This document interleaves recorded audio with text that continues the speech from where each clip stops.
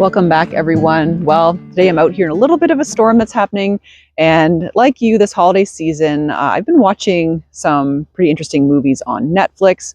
And the one I kind of wanted to pick apart today is The Mountain Between Us.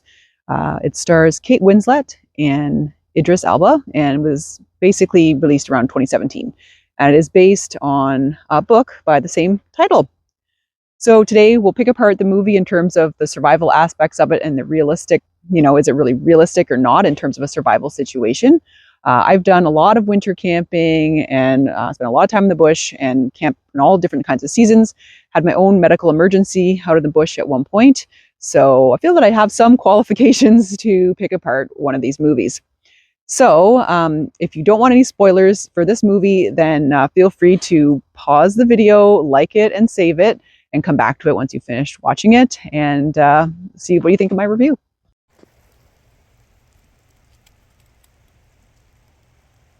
All right, so at this point, you either don't care about the spoilers or you watched the movie and came back, which is awesome. Good job.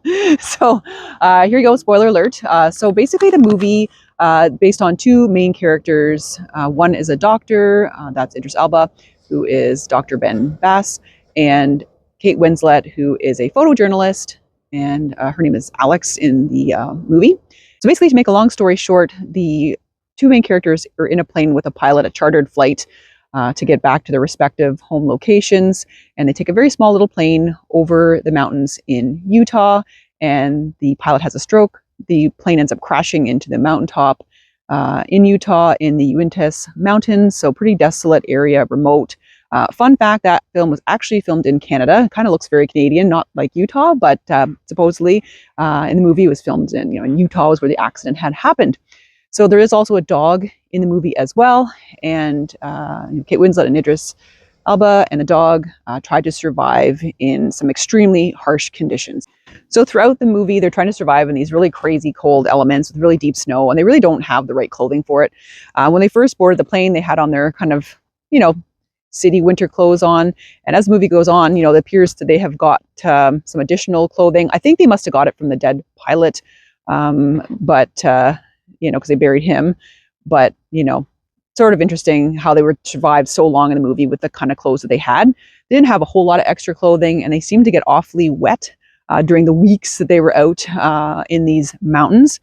At one point, Kate fell through the ice and presumably soaked through all of her clothing and stuff like that. So, it's just sort of like, it seemed a little too tidy, that they just survived in these harsh conditions without really good snow pants or really good clothing and things like that. So really important if you're in a survival situation or going out on a hike, try to bring with you clothing that's appropriate for the terrain and environment that you're going to be in. Obviously, I know with plane crashes, you can't really plan that, but if you're thinking that you can, survive in some harsh elements in that, with just like city pants and thin little cotton socks and, really uninsulated boots, you're not going to survive that long with very little clothing. So make sure you always carry a change of clothes with you and wear clothes very appropriate for the environment you're going into, especially if you're going to encounter wet conditions or cold and snowy conditions. I also found it pretty funny during the movie that there was a scarf around the dog's neck to keep him nice and warm. And that, I think, is just for the audience's purposes. That doesn't actually keep the dog warm. As you guys know, we do winter camping with Royce. He always wears, like something that the water doesn't soak through his coat. So either like a little raincoat or a little wraparound coat. When it's really cold, we do have like an insulated kind of Carhartt jacket for him. Really key when animals get wet, they get really cold. Even dogs like Royce they run hot, generally speaking, or like the lab in the movie, they can get quite cold. So especially if they're getting wet, the dog's running in deep snow in that movie. And then when we've gone camping with the dog, he gets wet as well. And he's gotten kind of cold, as well. So it's important to keep them warm, dressed properly, and dry and fed, because that also brings up the calories to create heat in your body. And speaking of keeping warm and keeping yourself fed, this movie is a little bit unrealistic in terms of the survival situation in terms of fire. So it seems like throughout the movie, they had absolutely no issues starting and keeping a fire. I'll say even a smokeless fire for that matter. Fire was introduced when they were living in the fuselage of the crashed plane. So that's a huge safety issue. A lot of times they would have the fire started within the fuselage, burning away. They were, keeping themselves warm by burning receipts and things like that, which instantly kind of burn. I think they probably used a little bit of fuel to start that fire, which, yeah, very resourceful, but it's a barren area. There's absolutely nothing other than plain wreckage that they could have been burning, which would typically burn, like, if there's plastics and stuff like that, with big, black, thick smoke, very unhealthy for you to breathe in. Yes, you can create warmth that way, but you're exposing yourself to toxins as well as like carbon monoxide, if that space was not ventilated.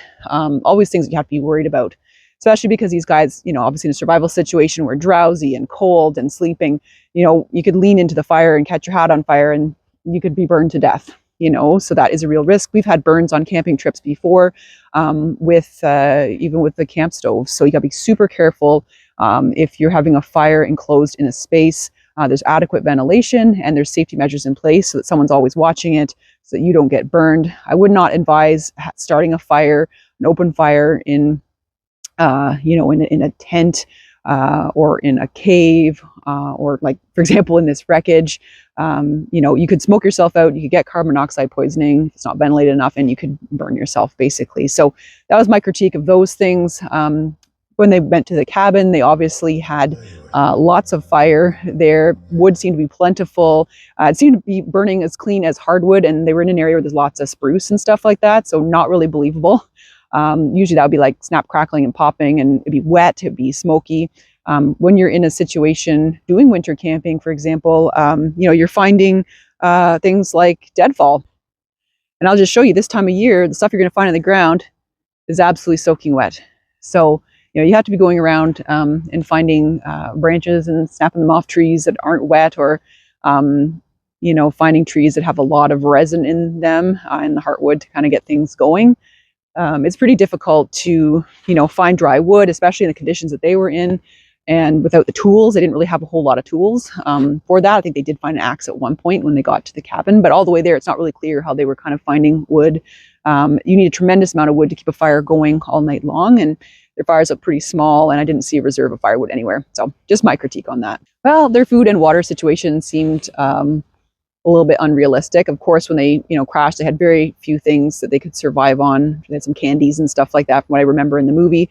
And they managed to live for weeks with, we're not quite sure how they did that. One thing is they did kill a cougar towards the beginning of the movie, and they were able to have a feast of meat from that cougar, which is a good find, obviously. Of course, it's super risky where they were. There's lots of wildlife, wolves and bears and cougars and things like that. So they were able to get food right off the bat, but it's not clear to me whether they actually took that food along with them and stored it in some way. Again, didn't have a whole lot of tools with them, but that would have been something that I would have packed along with me throughout that journey to keep myself alive. It was not clear to me they took that with them on their journey away from the plane. Another missed opportunity of that cougar was they could have skinned the cougar and kept the fur. That would have been something that may have kept them even warmer, made little, like, snow pants or something out of its fur and stuff like that, sort of be graphic. But, when you're in a survival situation, you got to think outside the box. So that seemed like a complete missed opportunity. They had looked like very little meals from it and then just moved on to the next thing. So that was kind of odd to me. The other thing that I was really worried about them showing in the movie was at one point they were eating snow.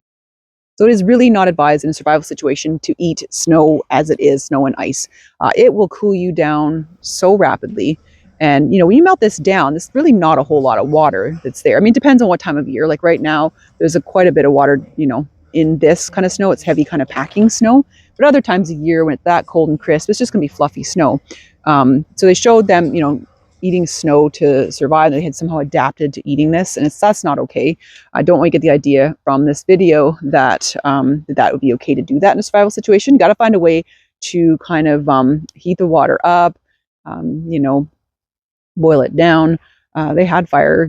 I'm sure they could have fashioned something together to kind of heat the water to drink it when they were on the land. But please don't eat snow to survive. You're going to get hypothermia faster than this will save your life. So please think of that. So this was a survival movie, obviously, and there was a tremendous amount of really high-risk behavior that was shown in this movie for someone that needs to be rescued. I mean, I'm not an expert in survivalism or wilderness rescue per se, but I just generally would not leave an area. I wouldn't try to move around too much. Just put it that way. One, you're expending energy, exposing yourself to risks, injuries. The female lead, obviously Kate Winslet, was severely injured in the plane wreck and moving around on what we presume might be a broken leg.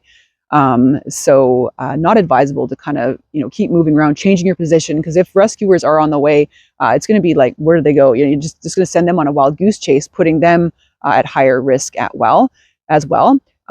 Initially, they had a bit of a shelter, so they had the fuselage that they were staying in. They somehow had fire, obviously, to keep warm, although that would have not lasted super long in that region once all the plane material had been burned. They had food, they had killed a cougar, obviously, so they had a lot of things. Where I think they started moving around was, the way the storyline had it playing out is they figured they're going to die anyway, so they better die trying, kind of thing. So I don't think, generally speaking, that's a good approach, because they were quite visible from where they were, high up on top of the mountain. I feel that, they should have stayed in that area as long as humanly possible, because they took a tremendous amount of risks. And the risks they showed taking in the movie were a little bit, far-fetched. At one point, Dr. Bass had pointed up to, oh, I'm going to go and scout out from that mountain peak over there. I'm going to go hike over there without you. I'm leaving my, this photojournalist, Alex, behind to go by myself in this uncharted area of wilderness with unknown risks, go climb atop that mountain. So they made it seem like it was super easy to go do that he could just pop over there in like 20 minutes, check it out, and come back. Well, that terrain is horrendous. To try to go through that even in the summertime would take you an awfully long time, a lot of energy resources, to get over there. And if you're not with somebody, if you're injured or fall, like, that's extremely dangerous. So that was a little far-fetched. Several times in the movie, they're moving onward to these different locations. They're constantly on the move, and they are, going through snow depths that are extremely deep. Sometimes you get snow caverns. You could fall right down between snow that's built up between two rocks or mounds or whatever, and just disappear, never be seen again. So although they did show some of the deep snow in the movie, sometimes they showed them kind of walking through super easy 4-inch movie snow, and that's not really going to be like that at all out there that time of year. So that was a little bit of, Hollywood action right there for you. I just really don't think they should have been taking those risks, and it's just way far-fetched. There's no way they would have been able to traverse those distances, and like what appears to be a short amount of time, and to get back from those areas to report back in a short period of time. Totally not realistic. At one point in the movie, they did end up hiking towards a cabin, which, I mean, for me, it was like, oh, this is awesome. This is obviously someone's old trapping cabin or whatever. Someone may come back there, although it became clear it was pretty dilapidated, so they may not. But you had a wood stove there. You had some old food in the cupboard, like in cans, so I'm sure you're not going to die if you eat that, as long as it's not bloated out like botulism. But, they stayed there for a little bit of time, and they had to, because Kate Winslet fell through the ice, which is another safety thing to talk about when you're, surviving in the winter, doing winter camping, is to stay off ice you don't know of. No ice is safe. They were walking around in open, lakes. Obviously, they were frozen over. And then, of course, she fell right through and got like severe hypothermia. Now, the good doctor, Dr. Bass, saved her.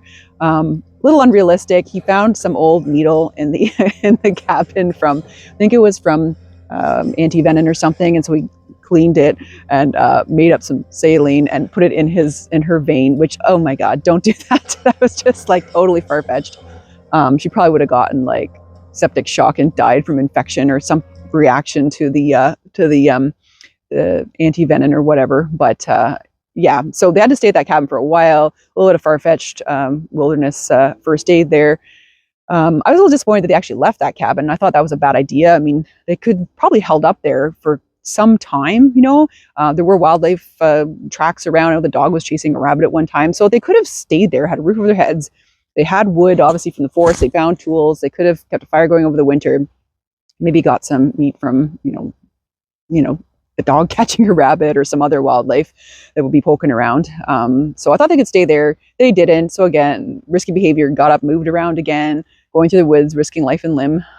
So a few times I was sort of frustrated, like, just stay here. And like, maybe the smoke from the chimney from the cabin would have signaled somebody or whatever that's looking in that region. Or at least someone would come and check it out and come down and say, hey, have you seen these people? To talk to someone who's in the cabin at the time. So anyways, I thought, that was a little bit weird that they left that area, but it's Hollywood.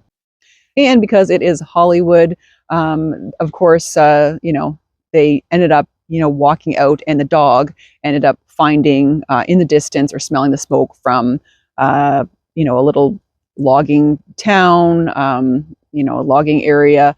And so they saw it in the distance, and they were going to hike down there. And unfortunately, the last little gotcha before the end was that the good doctor, their Dr. Bass, stepped in a bear trap. So they had seen a snowmobile trail and were walking down to get to the logging town, and he got his leg stuck in a bear trap. And this actually, I should let you guys know, that trap in that video is, and now it's an outlawed long spring bear trap. It's quite large. I mean, probably big enough to catch a polar bear, to be quite honest, if you look how big it was on his leg. So that was a little bit of a vintage Hollywood trap. That's not something that would be used in today's day and age. But that's just another little fact-checking thing I wanted to let you guys know about. And so anyways, at the end, they were both rescued and, survived against all odds. So yeah, it was a good movie. It was fun to watch. And, I'd recommend it. It's fun. I like to watch these things and kind of pick them apart a little bit. They're highly entertaining. And of course, two very good actors. So I can't say, they were good actors, obviously, in the movie here. But I really had a good time watching it. Let me know what you guys think of my analysis of this movie. And those other things I probably missed, not mentioned. If you watch this movie below over the holidays or before then, let me know what your thoughts are down below in the comments, what you think is a bit far-fetched, what you think was good that they did, what was bad, and we can talk about it another time. All right, I hope you guys have a great week and stay safe out in the wilderness. Bye for now.